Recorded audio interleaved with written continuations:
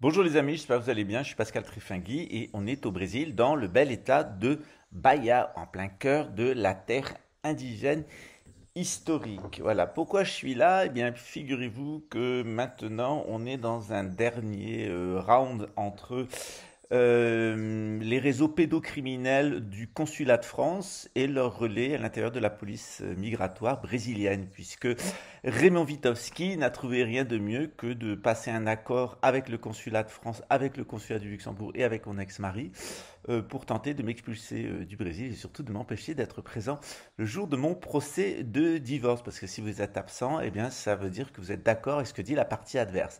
Donc comme les pédophiles, les assassins, les menteurs et les tortureurs et les vendeurs de drogue de la police luxembourgeoise n'ont jamais digéré que leur plan ait été mis en échec grâce aux renseignements américains et qu'une trentaine d'entre eux aient soit perdu leur emploi, soit eh bien, été incarcérés, on a un dernier round contre moi qui vise à me tuer. Ils ont essayé plusieurs fois, à me ruiner. Ils n'ont eu que de cesse et de détruire ma santé jusqu'à saboter mon opération du cancer en faisant chanter le chirurgien qui m'a opéré pour qu'il sabote mon opération. Voilà, on est dans eh bien, les petites couilles serrées dans des petits slips étroits d'uniforme de guignol. C'est Guiné, Guiné, Guiné, Guiné, Lola.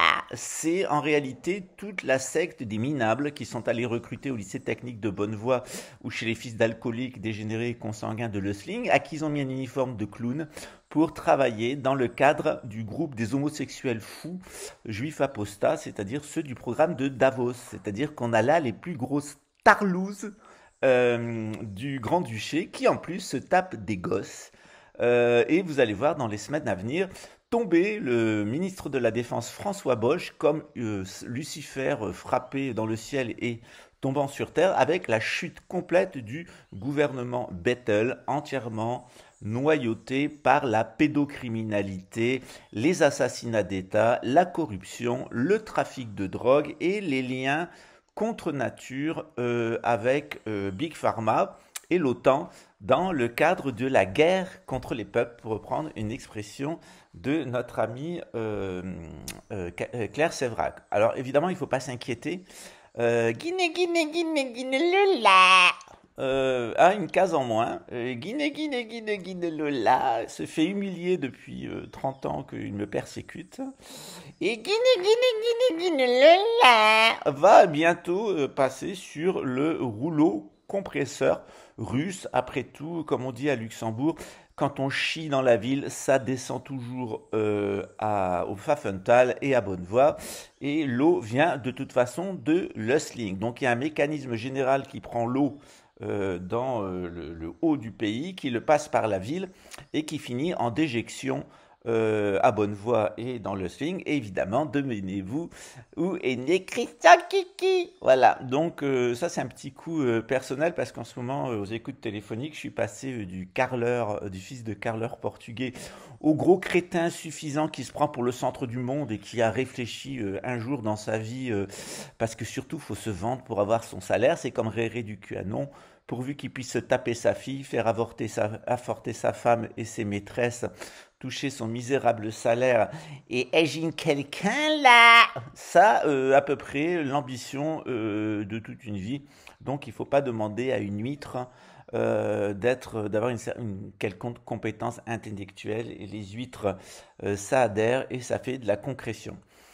Et aujourd'hui, on va passer à une deuxième séquence d'humiliation de la police luxembourgeoise et qui se prend pour une grande référence intellectuelle en matière de psychotronique jusqu'à essayer de se vendre au Brésil.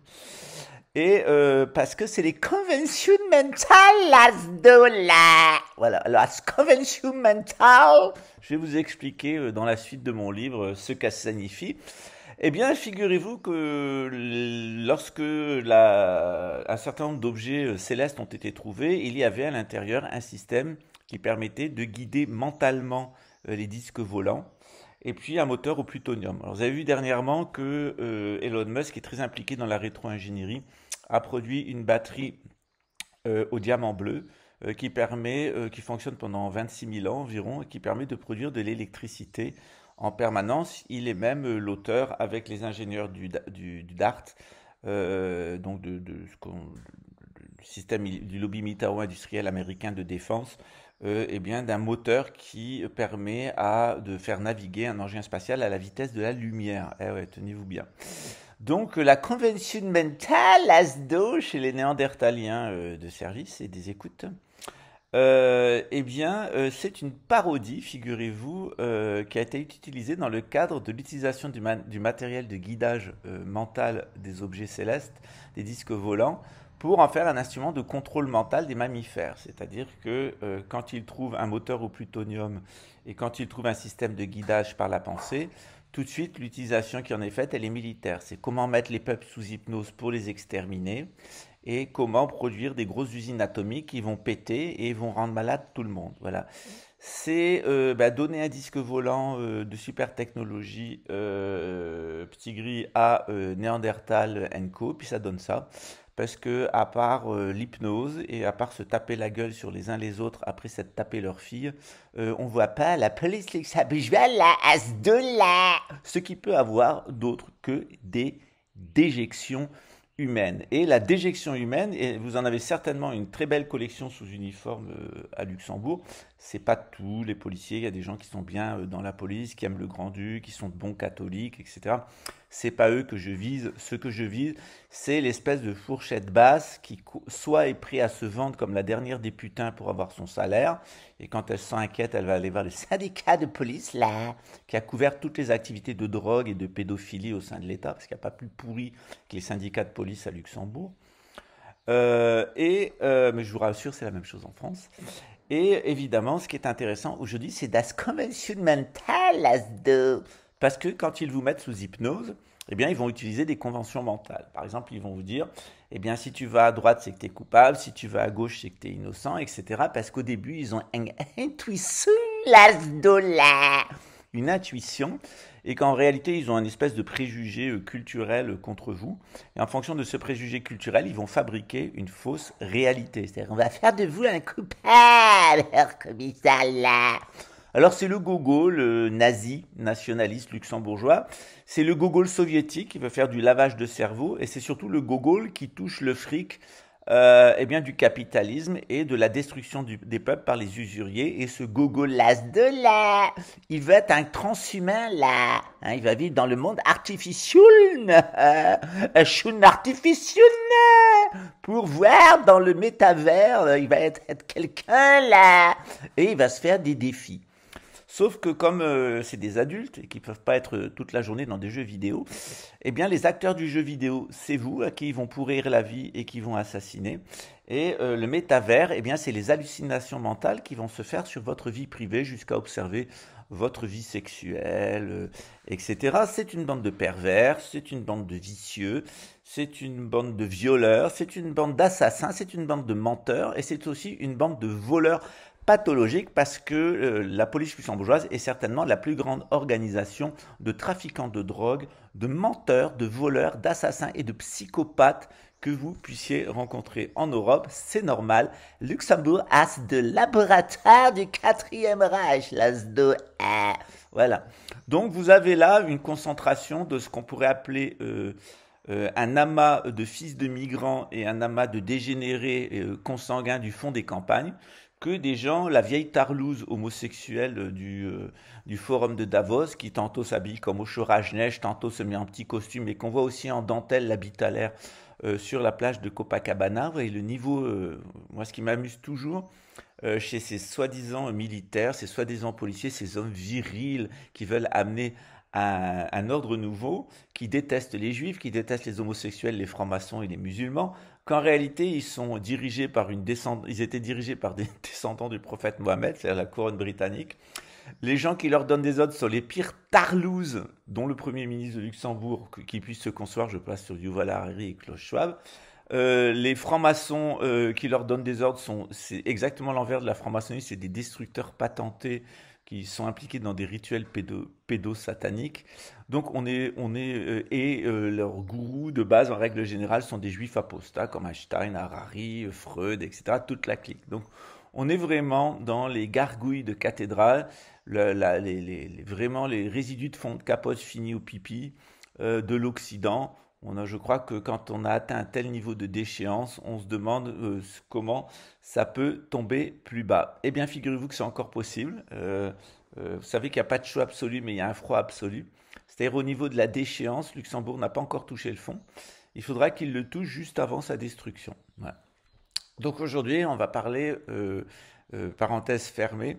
Alors bien entendu, il y a des gens qui trouvent que j'ai la dent un peu dure, que je suis un petit peu aigre, mais venant de gens qui m'ont torturé au micro-ondes pendant 4 ans, qui m'ont absolument pourri la vie depuis que je suis au Brésil, qui se passent leur temps à jouer psychologiquement avec mon entourage via leur téléphone portable et qui sont jusqu'à prendre le risque de mettre en évidence devant les yeux de la police brésilienne tout un réseau de corruption, de pédocriminels à l'intérieur du pouvoir judiciaire, de la police migratoire de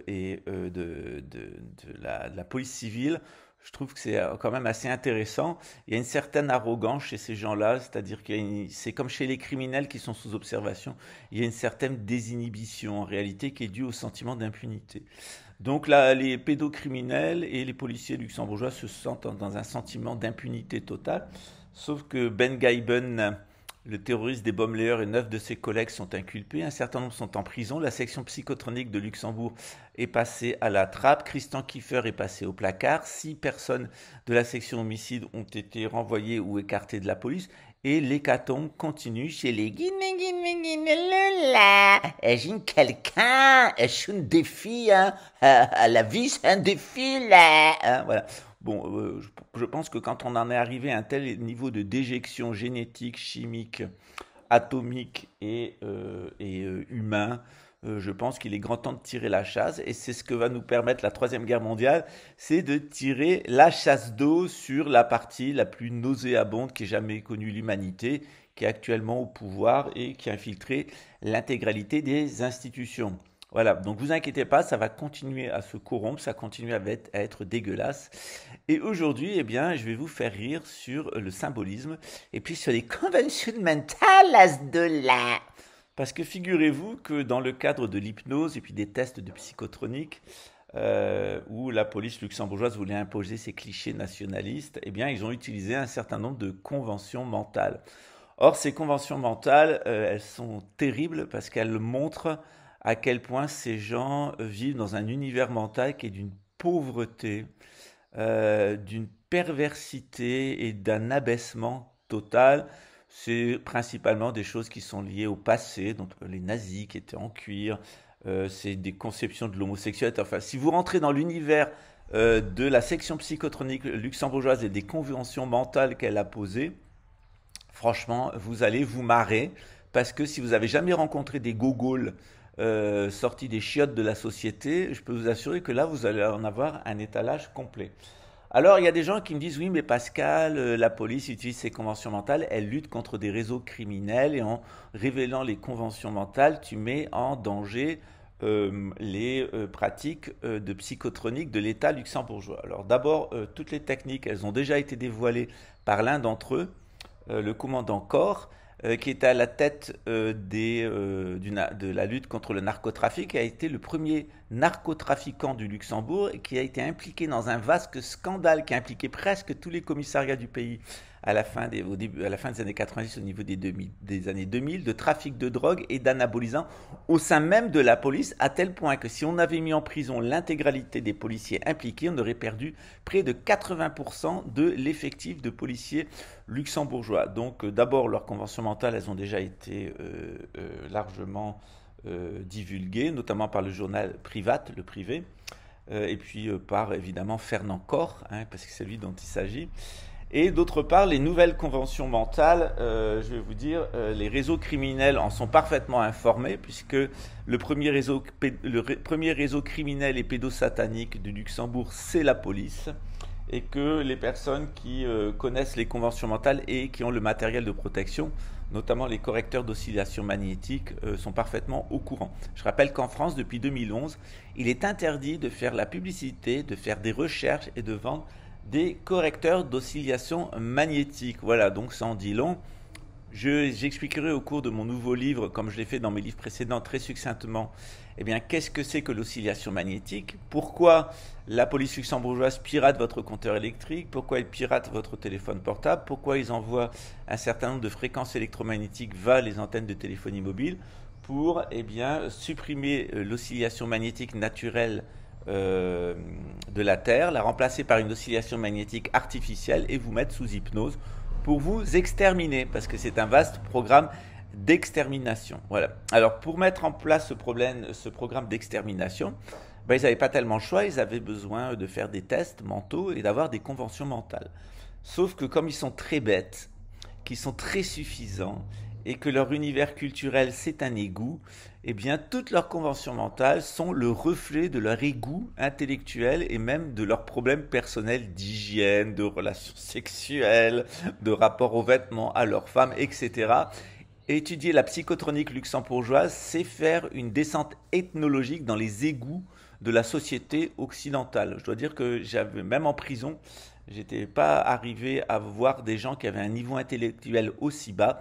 Et on doit remercier la police luxembourgeoise parce qu'elle nous donne un témoignage ethnologique de la fausse sceptique qui correspond au mode de pensée du prolétaire de base utilisé par le nouvel ordre mondial pour se mettre en place. Alors aujourd'hui, je vous ai promis de laisser les conventions mentales et d'utiliser le symbole. Alors le mot symbole, c'est un mot qui est amusant et il fait rire. Alors en règle générale, chez les francs-maçons ou les gnostiques comme moi, le symbole, il revêt le sens d'un instrument de connaissance de soi et de l'univers. Et lorsque on entend des personnes qui parlent de convention mentale, de symbole là, hein, ben on se marre. Voilà. Parce que chez les non-initiés, le symbole ou la convention mentale, ça revêt le sens de marque, de logo ou d'autres moyens de reconnaissance ou de connaissance complètement égo-individués et complètement subjectifs. En réalité, dans la façon dont nous, les gnostiques et les maçons, nous utilisons les symboles et la façon dont ils utilisent leurs pseudo-symboles, c'est la convention mentale, elle révèle d'une dichotomie. Parce que d'un côté, on a l'usage qui est le nôtre, qui est un usage sémitique, hein, et de l'autre côté, on a l'usage à eux qui est typique de l'usage édomite, c'est-à-dire de l'hallucination mentale du psychopathe néandertalien. Dans le sémitisme, le symbole, ça vient du latin symbolus, qui vient du grec ancien symbolon, qui signifie réunir ensemble avec Dieu. Or, de l'autre côté, dans le monde édomite, eh bien, on a un anti-symbole, c'est-à-dire la marque, qui est celle du diable, du diabole, c'est-à-dire celui qui va vous séparer d'avec Dieu.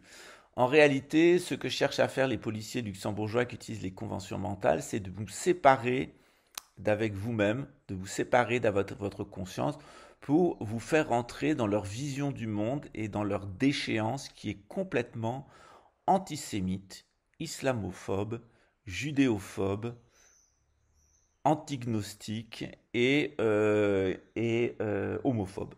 Voilà. Et surtout qui est opposé à Dieu. Ces gens-là se prennent pour des dieux. D'ailleurs, lorsque j'étais au commissariat de Versailles, le Christian Kiefer, alors c'était pas lui qui parlait, ça parlait par sa bouche, c'était un des crétins qui avait monté l'assassinat de Camille Colbert à la section psychotronique, nous avait dit, de toute façon les dieux c'est nous là, c'est nous qu'on fait la réalité avec nos pensées là, avec son gros ventre, essoufflé, sa gueule de rat portugais, de fils de prostituée luxembourgeoise. Enfin, vraiment, rencontrer la police luxembourgeoise, soit vous allez rencontrer des Playmobil dans le cadre, tous formatés de la même façon dans le cadre du programme de gouvernance mondiale, où ils serviront d'animaux de zoo et d'animaux de compagnie dans les grandes villes de l'élite, ou alors c'est vraiment la déjection migratoire et le fond du panier qui est rentré dans la fonction publique dans les années 70-80. Voilà. Donc, l'Apocalypse de Saint Jean, elle est claire. Elle utilise à la fois des symboles et à la fois des marques. C'est-à-dire à la fois des symboles comme dans le sémitisme et à la fois des marques comme les édomites. Donc, dans l'Apocalypse de Saint Jean, on nous dit que la bête de la fin des temps, hein, cette créature cruelle qui s'élève sur la terre, eh bien, elle va utiliser non pas des symboles, mais elle va utiliser des marques. Donc au cours de mon livre, je vous expliquerai comment il s'agit en réalité, cette bête c'est l'électromagnétisme terrestre et son champ mémoriel, ce qu'on appelle en astrologie le dragon, avec la tête et la queue du dragon. Cette créature terrestre, nous dit l'Apocalypse de Saint Jean, va imposer une marque aux nations, non pas un symbole mais une marque. Et cette marque, elle est composée d'une image et d'un nombre qui seront placés au front et au doigt des individus nationaux, puisqu'en réalité tout ça, ça repose sur le nationalisme, c'est-à-dire l'idée que le sang porte des informations, c'est l'obsession génétique. Donc dans la Bible en général, pour comprendre ce dont il s'agit, il faut comprendre que les nombres et les images, les nombres surtout, ont une portée symbolique. Cette portée symbolique, elle est liée aux lettres, donc au verbe créateur divin, ce que les Grecs appelaient le logos, et aux images et représentations des puissances célestes. Un nombre, c'est égal à une lettre, qui équivaut à l'image de la puissance naturelle émise par Dieu pour ordonner le monde. Donc il y a la puissance divine qui est céleste. Elle va se manifester sous la forme d'une parole divine. Et cette parole divine, elle peut être notée par un nombre. Et c'est ce nombre qui va qualifier, qui va organiser les 4 éléments pour produire, sous l'influence du 5e élément, le monde tel que nous le voyons. On passe ainsi du chaos au cosmos, c'est-à-dire d'une expérience qui est instinctive, sensorielle et émotionnelle de la vie à une vision plus intellectuelle. Lorsqu'on est complètement instinctuel, lorsqu'on est complètement émotionnel et sensoriel, on est enfermé dans les maths, on est enfermé dans le nombre, on veut une quantité de choses, on veut plein de femmes, on veut plein d'argent, on veut plein de pouvoir, on veut plein de voitures, etc. On veut plein d'uniformes, Lola, et on veut plein de morts pour s'assurer que le défi qu'on s'est fixé, c'est-à-dire de gouverner le monde, là, est en marche et réussi. C'est des gens qui en permanence cherchent à se rassurer par rapport aux choix qu'ils ont fait, ce qui prouve bien qu'à la base, ils ne sont pas sûrs de leur choix. Contrairement à nous.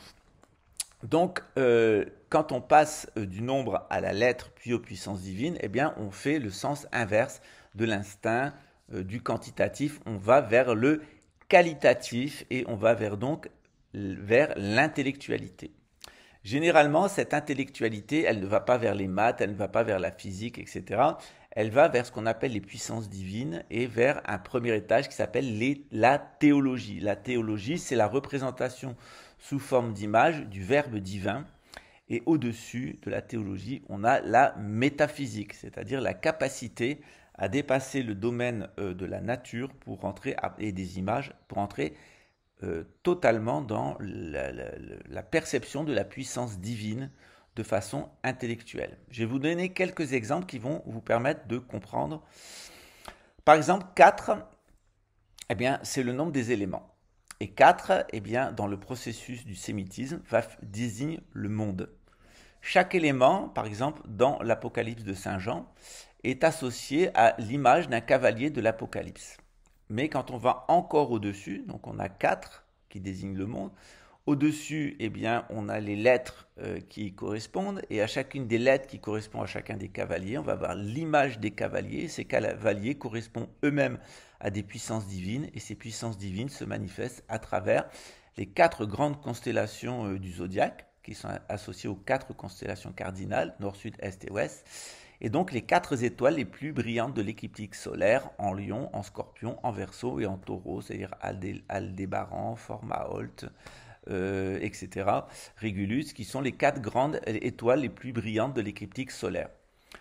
Au niveau encore supérieur, on va retrouver la vision d'Ézéchiel avec le trône divin entouré des 4 vivants, ou tout simplement Jésus entouré des 4 évangélistes, puisqu'il devient alors le logos, le pouvoir créateur, organisateur du cosmos. Un autre exemple est le chiffre 7, le nombre 7, qui est le signe de la perfection. Et ici, 7, ça désigne à la fois les 2 luminaires et les 5 planètes visibles du système solaire, donc Mars, Jupiter, Vénus, Saturne et Mercure. Donc Saturne, Jupiter, Mars, Vénus et Mercure. Et évidemment, ce système à 7, avec le Soleil et la Lune, renvoie aux 7 plexus subtils ou endocriniens, où notre vie hormonale, c'est-à-dire chimique, et notre vie électromagnétique s'opèrent en secret. Les hindous les nomment les roues vivantes ou chakras. Un autre exemple, eh bien, c'est le nombre 12, qui est celui du ciel, qui est associé eh bien, aux 12 constellations du zodiaque, tout à fait en haut, qui correspondent aux 12 apôtres. Hein. C'est ce cercle imaginaire que traverse le Soleil lors de son écliptique de 26 000 ans. Et puis évidemment, les représentations astrologiques sous forme d'images qui renvoient à 12 pouvoirs divins qui incarnent les 12 apôtres. On retrouve aussi dans notre corps 12 membres, 12 parties de notre corps qui sont liées aux 12 constellations du zodiaque, et puis évidemment 12 fonctions. Donc c'est-à-dire qui vont gouverner notre activité à proprement parler physique, mais aussi psychique et spirituelle. Un autre exemple est le nombre 40, qui est le temps d'une génération dans la Bible, et ainsi de suite pour tous les autres numéraires. Pour comprendre comment le dispositif intellectuel de la Bible, des Sémites, et comprendre qu'à l'opposé, on a le dispositif anti-intellectuel des Édomites, des Néandertaliens, avec les conventions mentales de Luxembourg, des gros gogols néandertaliens, et de leur inversion de tout. Hein. Ils ont un système de guidage des disques volants par la pensée et des petits moteurs au plutonium avec des batteries qui durent 20 000 ans. Maintenant, ils vont faire des bombes atomiques, des centrales atomiques, et ils vont mettre la population sous hypnose pour pouvoir la contrôler et l'exterminer. Ça vous donne à peu près le niveau intellectuel de la police luxembourgeoise, qui est principalement composé des derniers déchets néandertaliens qu'on a pu recruter dans le monde germanique édomite, qui n'était passé ni par le nationalisme nazi ni par le soviétisme, et qui était prêt à se vendre corps et âme comme des petites putains au forum de Davos, c'est-à-dire à ce programme de nouvel ordre mondial ou de transhumanisme. Voilà.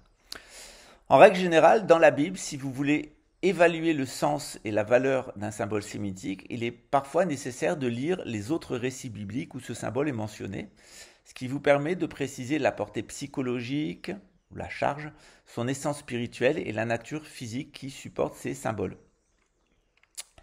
Chez les Édomites, eh bien, le symbole, il ne fonctionne pas comme dans la Bible, il ne fonctionne pas comme chez nous. C'est-à-dire que nous, le symbole, c'est une puissance divine qui se manifeste par une lettre et par des nombres qui vont organiser le niveau physique.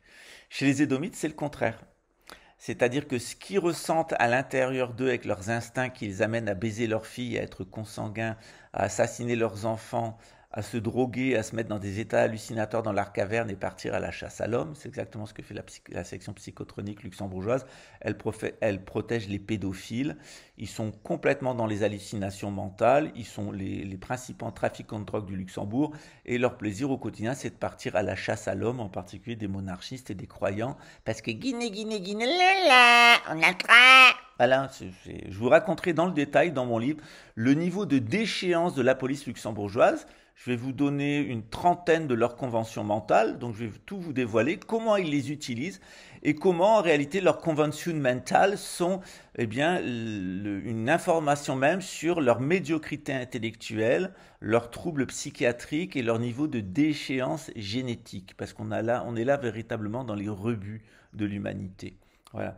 Je pense que si, comme moi, vous aviez testé dans vos os même le niveau de déchéance, de perversité et d'abrutissement de cette bande de crétins obséquieux, je crois que le peu de mots grossiers que j'utilise et l'envie d'en finir définitivement chez ces gens, avec ces gens-là, exactement sous de la manière dont le prophétisent d'ailleurs les rabbins qui nous disent qu'ils seront égorgés, c'est-à-dire qu'en réalité, ils vont finir par être punis avec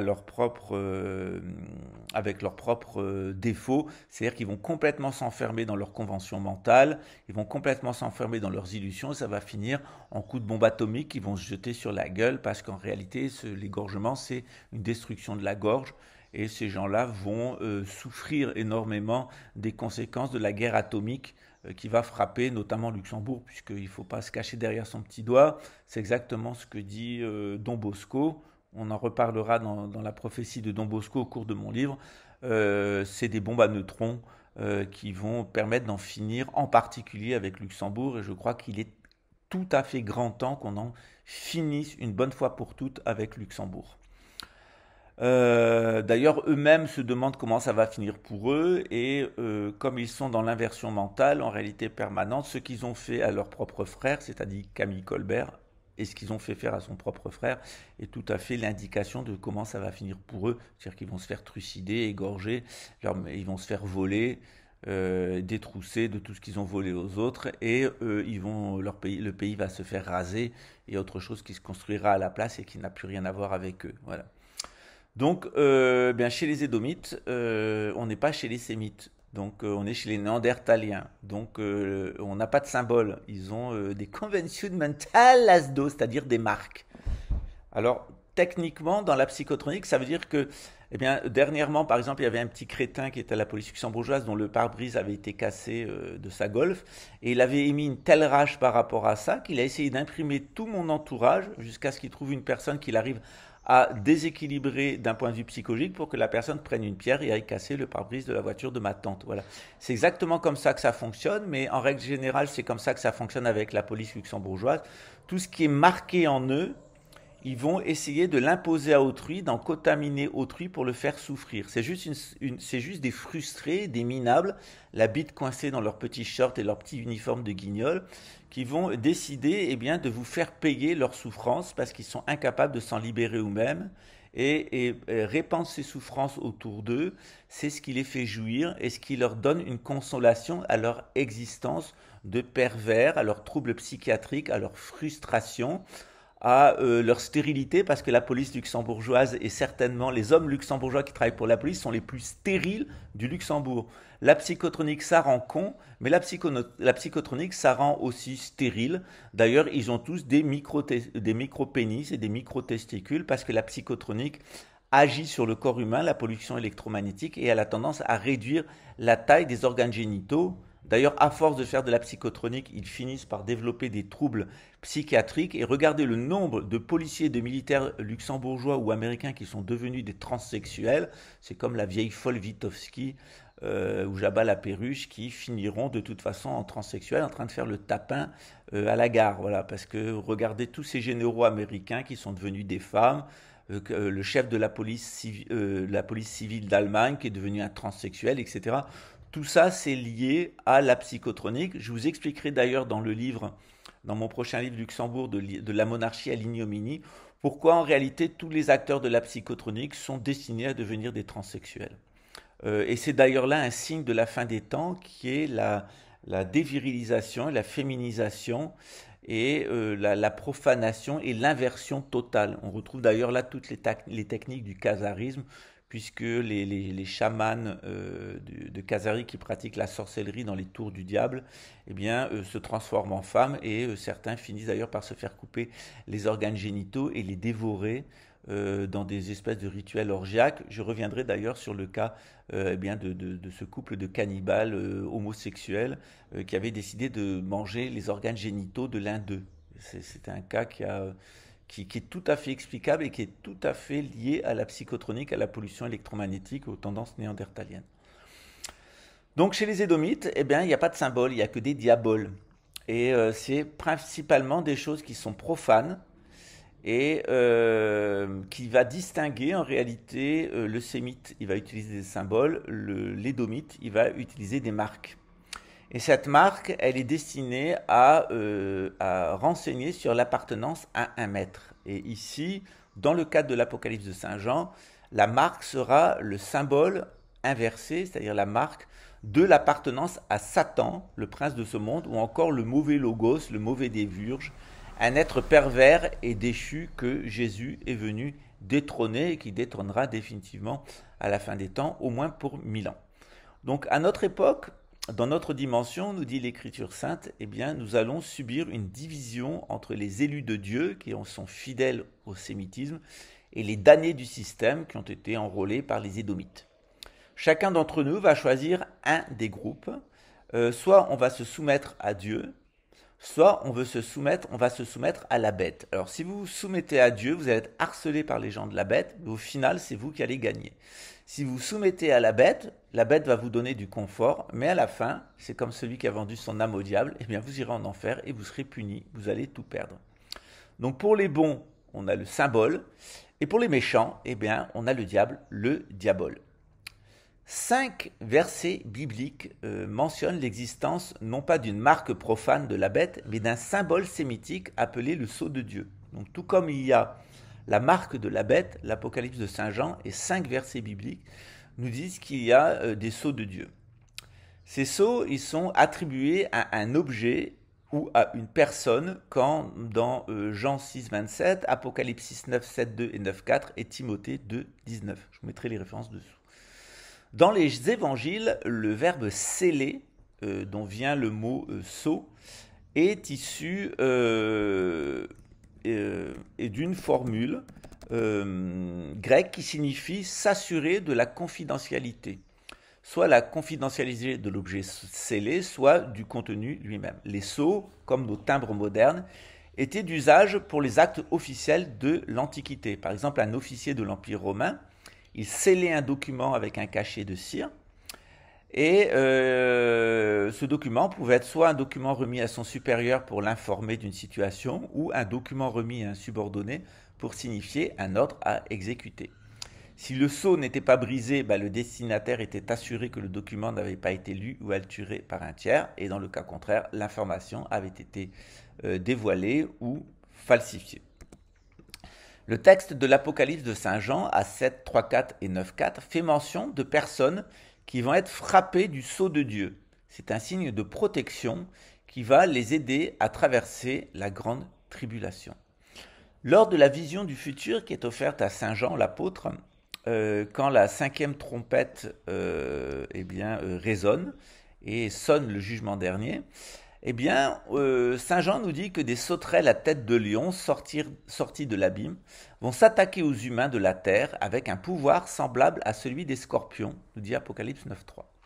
Ces sauterelles sont décrites comme ce qu'on interpréterait de nos jours comme des drones ou des hélicoptères avec des têtes hurlantes, c'est-à-dire des armes à feu, et des queues venimeuses, c'est-à-dire des traînées de produits chimiques ou de nanotechnologie mortelles ou des armes nucléaires à neutrons. C'est exactement ce que décrit Alois Illmayer dans ses prophéties, c'est-à-dire qu'il y aurait des drones, il a dit des avions sans pilote qui répandraient des produits chimiques et, dit-il, des petites particules et des pollutions qui donneront la mort dans un axe qui va du Cotentin de Cherbourg jusqu'à Moscou, qui va tuer environ 350 millions d'Européens. C'est ce qui est prévu dans le cadre de la Troisième Guerre mondiale et après l'invasion russe, de la reconquête par l'OTAN du territoire européen. On est exactement dans le même scénario que la Deuxième Guerre mondiale, c'est-à-dire d'abord une invasion des nationalistes, là c'est les nationalistes russes et pas les nationalistes allemands, et d'autre part ensuite une reconquête par les internationalistes capitalistes et dans le cadre de la création d'un gouvernement mondial. Ce qui est très intéressant, c'est que l'Apocalypse de Saint Jean à 9.4 nous donne des détails sur le pouvoir de ces sauterelles sataniques, qui sont mis en échec d'ailleurs par les sceaux des saints. C'est que ces sauterelles reçurent l'ordre de ne pas faire de mal à l'herbe de la terre, ni à aucune verdure, ni à aucun arbre, mais seulement aux hommes qui n'avaient pas le sceau de Dieu sur le front. C'est-à-dire qu'au jour du jugement dernier, ce qui va vous sauver de ces sauterelles, c'est-à-dire de ces drones avec leur technologie, leurs produits chimiques et leurs produits nucléaires, c'est d'avoir sur vous un certain sceau. Donc les hommes qui portent le symbole de Dieu sont préservés par ce sceau du mal des sauterelles, qui semble bien avoir les caractéristiques de bombes à neutrons de l'ancienne technologie nucléaire ou de nanoparticules plus modernes portant des maladies ou portant des produits chimiques dont on dit que les personnes qui vont les absorber vont devenir toutes noires et tomber, leur chair va pourrir. Alors, toutes les prophéties nous disent que lorsqu'il y aura ces 3 jours et demi où ces sauterelles vont passer dans le ciel, les saints doivent se mettre à l'intérieur de leur maison, qui ne doivent boire que de l'eau bénite et manger des aliments dans des boîtes en fer, qui doivent avoir des bougies avec des neuvaines et qui ne doivent surtout pas utiliser l'eau potable, l'eau du robinet, ni l'eau venant de la pluie, et que ça va durer environ 3 jours et demi, et que pendant ces 3 jours et demi, il faut prier la Vierge Marie, il faut boucher les bas des portes avec des linges mouillés et qu'il faut rentrer en prière, invoquer la Vierge Marie, que ces personnes qui auront à subir cette épreuve seront sauvées. Alors, on peut se poser la question, quel est ce symbole de protection? Qu'est-ce que c'est que ces sceaux? Est-ce que c'est la croix chrétienne? Est-ce que c'est la croix d'Isis? Où doit-on la placer? Les Égyptiens la plaçaient soit dans la bouche, la croix d'Isis, soit dans l'anus. Et on imagine mal que Dieu ne protège d'ailleurs que les chrétiens, c'est-à-dire les porteurs d'une croix. Est-ce qu'il s'agit d'un symbole? Est-ce qu'il s'agit d'une fermeture spéciale qui va étanchéiser notre corps? Est-ce qu'il s'agit d'un objet à insérer quelque part? Et comment savoir? Est-ce qu'il va falloir porter des croix? Ces croix, on doit les porter sur le cœur? Est-ce qu'on doit les mettre sur la bouche? Pour ceux qui ont un système inversé vagal, et ça veut dire qu'on doit les mettre dans l'anus. Comment est-ce que ça doit fonctionner, hein? Parce que finalement, la technique de la cuillère qui a fait rire tant de personnes, qui m'avait été donnée par Christian Kiefer, elle n'est qu'une réédition de la manière dont l'aristocratie égyptienne utilisait la croix d'Isis pour entrer à l'intérieur du sanctuaire de Saqqara. Donc on peut réfléchir de nouveau à partir du texte de l'Apocalypse de Saint Jean, et on voit que le sceau de Dieu est l'opposé sacré de la marque profane de la bête. Cette marque de profane de la bête, elle identifie les hommes qui se sont vendus à Satan, Apocalypse 13, 16, 18, pour le confort matériel, pour le salaire, la retraite, etc. C'est tous les gens qui, pour garder leur boulot, aller au cinéma, etc., ont accepté la bête dont nous parlait Emmanuel Macron. Elle arrive, elle est là, disait-il, hein, et la vie va changer à tout jamais, puisque ce qu'on vous apporte, en réalité, c'est la mort. Voilà. Cette vision, en réalité, avec ses sauterelles, avec cette croix d'Isis, elle rappelle beaucoup le contexte de l'Égypte ancienne. Effectivement, la croix d'Isis, le rôle protecteur de la clé d'Isis, qui est en réalité, ou croix d'Isis, ou croix de vie, qui est en réalité un instrument qui était très important sur le sanctuaire de Saqqara. Et c'est vraiment, au propre comme au figuré, c'est le sanctuaire de Saqqara qui va nous donner la clé de la psychotronique et la clé de l'Apocalypse. Mais ça sera dans un autre épisode où je vais vous parler de Thoth, je vais vous parler de Saqqara, je vais vous parler de ce qui se passait sur le sanctuaire initiatique de Saqqara, et vous allez voir que tout le monde moderne n'est en réalité qu'une anti-pyramide qui vise non pas à votre progrès spirituel, mais à votre destruction spirituelle. L'objectif de l'Antéchrist, l'objectif de Harry, du forum de Davos, la couronne, tous les gens qu'il y a derrière, c'est pas de vous détruire d'un point de vue génétique comme les Ariens, c'est pas de vous détruire par la dette d'un point de vue économique comme les capitalistes, c'est pas de vous détruire mentalement comme les soviétiques, c'est de vous détruire spirituellement. Le programme de Davos, c'est un programme d'anéantissement spirituel de toute une partie de l'humanité pour la rendre insensible au message divin et aux modifications de notre environnement. C'est donc utiliser des phénomènes naturels pour les amplifier, détruire le maximum de personnes et ensuite avoir l'ambition, nous disent les Guidestones, de revenir après une grande catastrophe globale en maître de l'humanité. Sauf que ça ne sera pas. Ce sont les Sémites qui reprendront le dessus après la Troisième Guerre mondiale et les grandes destructions, et certainement pas les Édomites. Guinée, Guinée, Guinée, Lola. À bientôt. Ciao.